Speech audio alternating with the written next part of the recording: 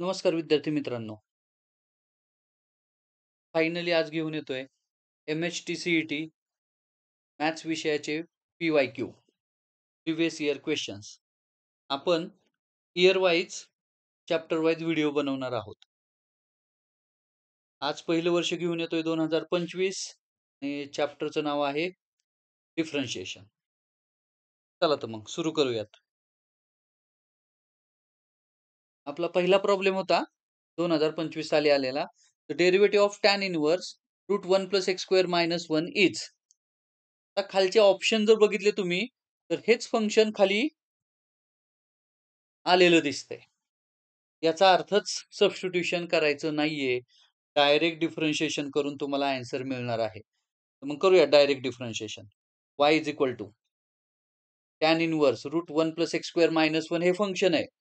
मग dy/dx = tan इनव्हर्सचा derivative 1/1 + x² असतो. 1 plus x च्या ऐवजी जे फंक्शन आलंय त्याचा square √1 + x² - 1 bracket square. Chain rule apply करा. स्क्वेअर रूट 1 + x² - 1 च्या डेरिव्हेटिव्हने मल्टिप्लाय. पहिल्यांदा स्क्वेअर रूटचा डेरिव्हेटिव्ह 1/2 √1 + x² - 1 चा डेरिव्हेटिव्ह 0 इंटू 1 + x² च्या डेरिव्हेटिव्हने परत मल्टिप्लाय. तो आहे 2x. आता फर्स्ट केसमध्ये 2 काय होत आहेत कॅन्सल आणि आपल्या समोर येतंय ते फंक्शन x बाय √1 + x² अगोदर मांडून घेऊयात टाइम्स 1 प्लस ब्रॅकेटचा स्क्वेअर करून घेऊयात √1 + x² चा स्क्वेअर म्हणजे 1 + x² minus 2 times square root 1 + x² आणि -1 चा स्क्वेअर प्लस 1. मग थोडंसं कॅल्क्युलेशन केल्यानंतर आन्सर दिसेल x by square root 1 + x² times x² minus 2 √1 + x² आणि हे 1 प्लस 1 प्लस 1 किती झाले प्लस.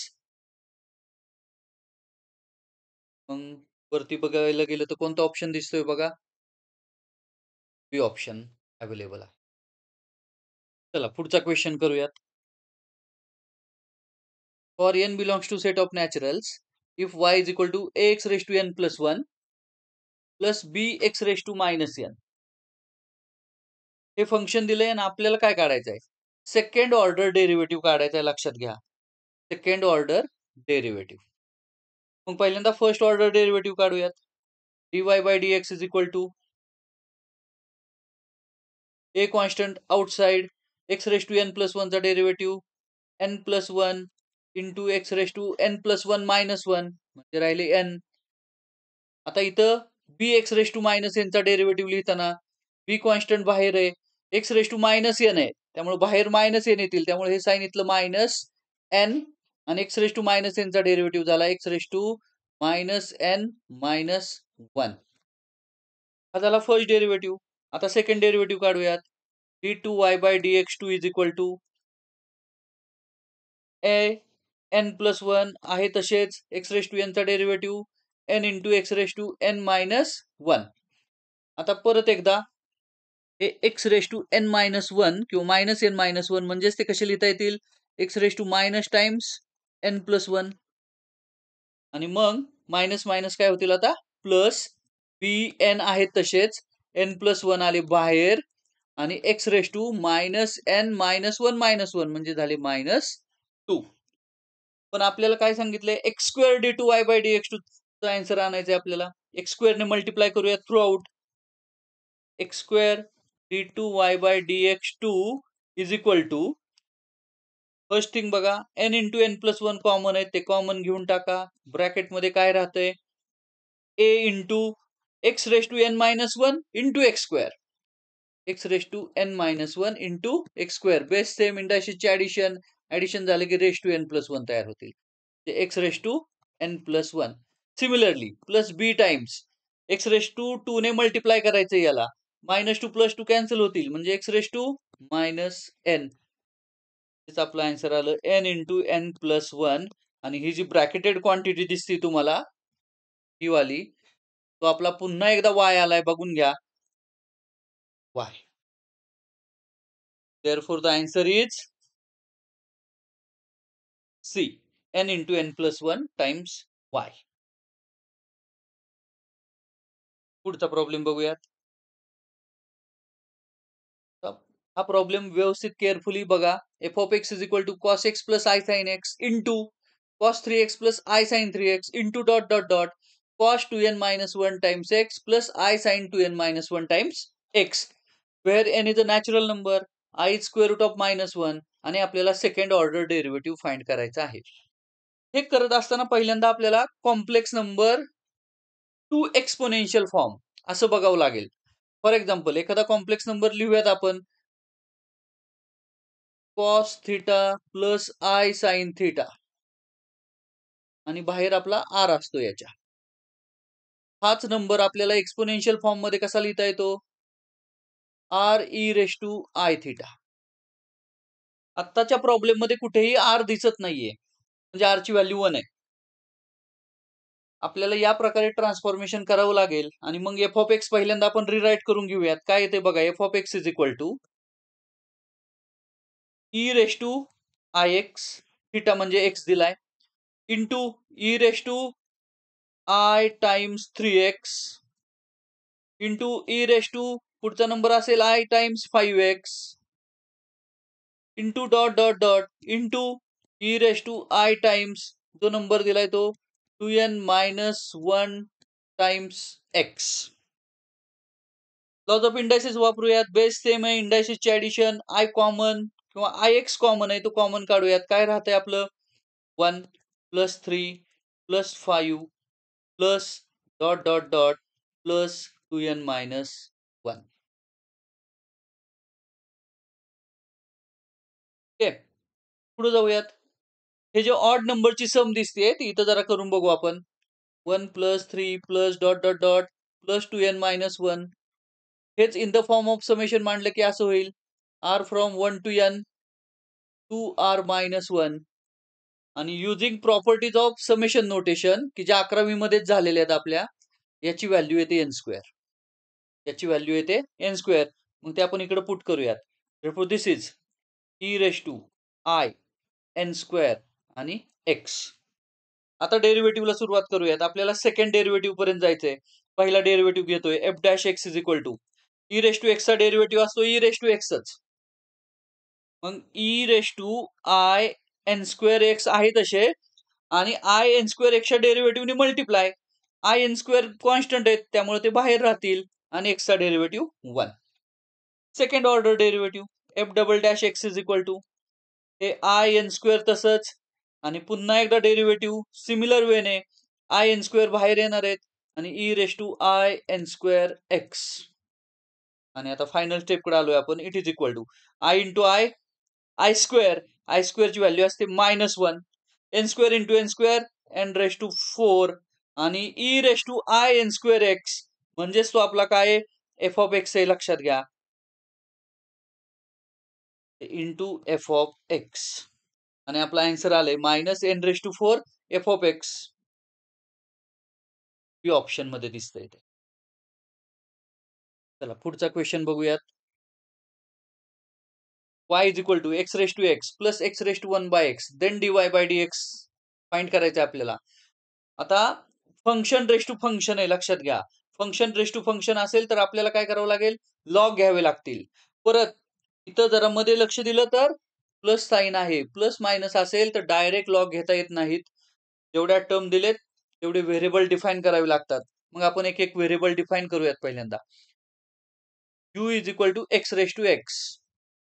तर याच्यावरून आपल्याला du बाय dx काढायचा आहे. माहिती आहे आपल्याला, खूप वेळा आपण थेअरी करताना x रेस टू x चा डेरिव्हेटिव्ह काढलेला असतो. तो येतो x raise to x times 1 plus log x. आता v is equal to x raise to 1 by x घेऊयात. त्याच्यावरून लॉग v ची व्हॅल्यू काय मिळेल बघा, 1 बाय x लॉग x. याला डिफरन्शिएट करायचं आहे आपल्याला. आता 1 upon v dv by dx is equal to 1 by x, तसेच लॉग x चा डेरिव्हेटिव्ह 1 बाय x, मी साधा प्रोडक्ट रूल वापरतोय, प्लस लॉग x तसेच 1 अपॉन x चा डेरिव्हेटिव्ह असतो -1 अपॉन x स्क्वेअर. त्यामुळे हे काय आलं बघा, 1/x² plus, or say log x into -1/x². therefore dv by dx is equal to v तिकडं मल्टिप्लाय होईल आणि तो आहे x⁻1/x टाइम्स. काय दिसतंय 1/x² कॉमन आहे, तो कॉमन घ्या. ब्रॅकेट मध्ये काय राहील 1 मायनस लॉग एक्स. हा झाला आपला dv बाय dx. अगदीच व्यवस्थित लिहायचं असेल तर असा लिहू शकतो आपण x⁻1/x into 1/x² times 1 minus log x. आणि आता जो आपला ऑप्शन असणार आहे त्यामध्ये du by dx plus dv by dx दिसला पाहिजे. आणि मग बघा ऑप्शन काय आहे. ए मध्ये आपल्याला आपला आन्सर दिसतंय. चला पुढचा क्वेश्चन घेऊयात. f(1) is equal to 1 दिलाय, f'(1) is equal to 3 दिलाय, then derivative of बघा f(x) plus f(x) bracket square at x equal to 1 is. आता असले प्रॉब्लेम दिसायलाच अवघड असतात पण ते खूप सोपे असतात. बघा आता हा प्रॉब्लेम. पहिला डेरिव्हेटिव्ह घेऊयात आपण. y डॅश म्हणतो मी त्याला आता, इज इक्वल टू पहिला डेरिव्हेटिव्ह घेतोय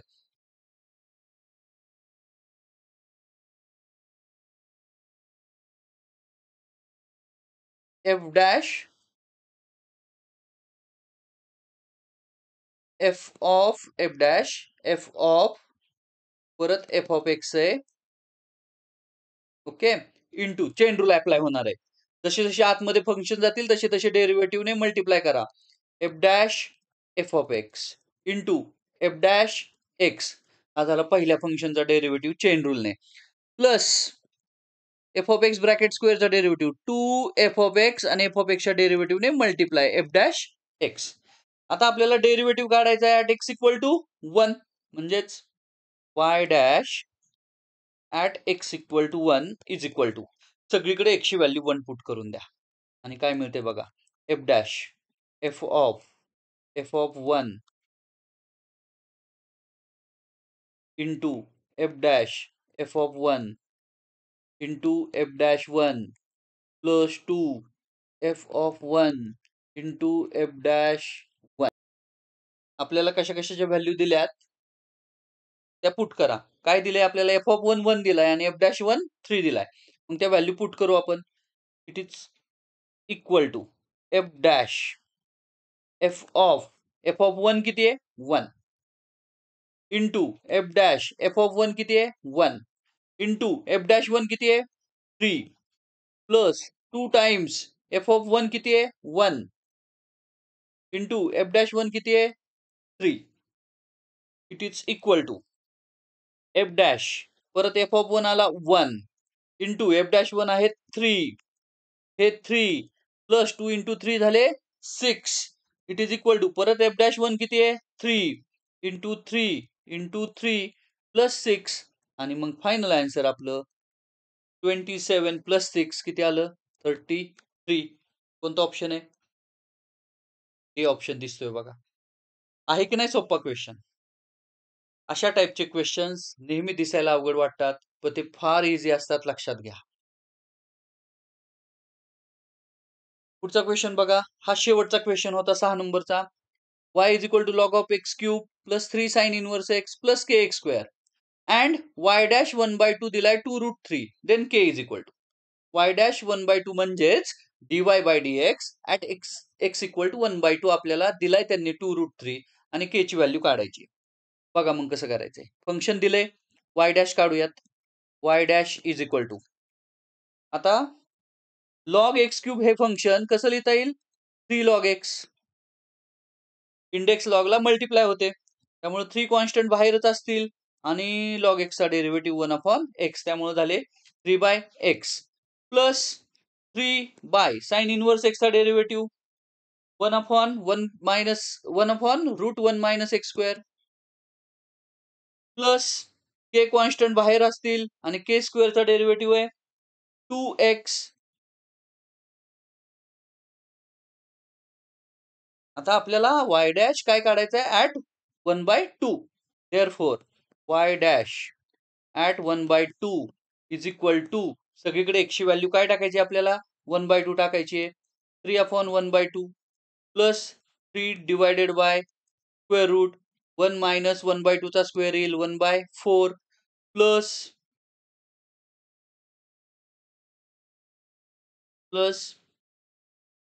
2 टाइम्स के आणि एक्सची व्हॅल्यू 1/2. पुढे जाऊयात. इट्स इक्वल टू, हे झाले 6 प्लस, आता इथं क्रॉस मल्टिप्लाय करावं लागेल, 3/, स्क्वेअर रूट 4 मायनस 1 झाले 3/4 आणि प्लस इथले 2 कॅन्सल म्हणजे राहिले के. आणि आता 6 एक 2 बाहेर वरती जातील, 6/√3 plus k it is equal to 6 plus 6/√3, root 6 म्हणजेच काय लिहिता येतील 2 × 3 अपॉन √3 प्लस के, आणि हे फायनली होतील 6 प्लस 2√3 प्लस के. म्हणजेच आता y डॅश 1/2 ची व्हॅल्यू त्यांनी दिली आहे 2√3, लिहूया therefore 2√3 is equal to 6 plus 2√3 plus k, आणि याच्यावरून डायरेक्ट आपल्याला मिळतंय के इज इक्वल टू -6. आपला आन्सर आधीच डिस्प्ले झालं, ते -6 आहे. असे 6 प्रॉब्लेम 2025 ला 2 शिफ्ट मध्ये आले होते.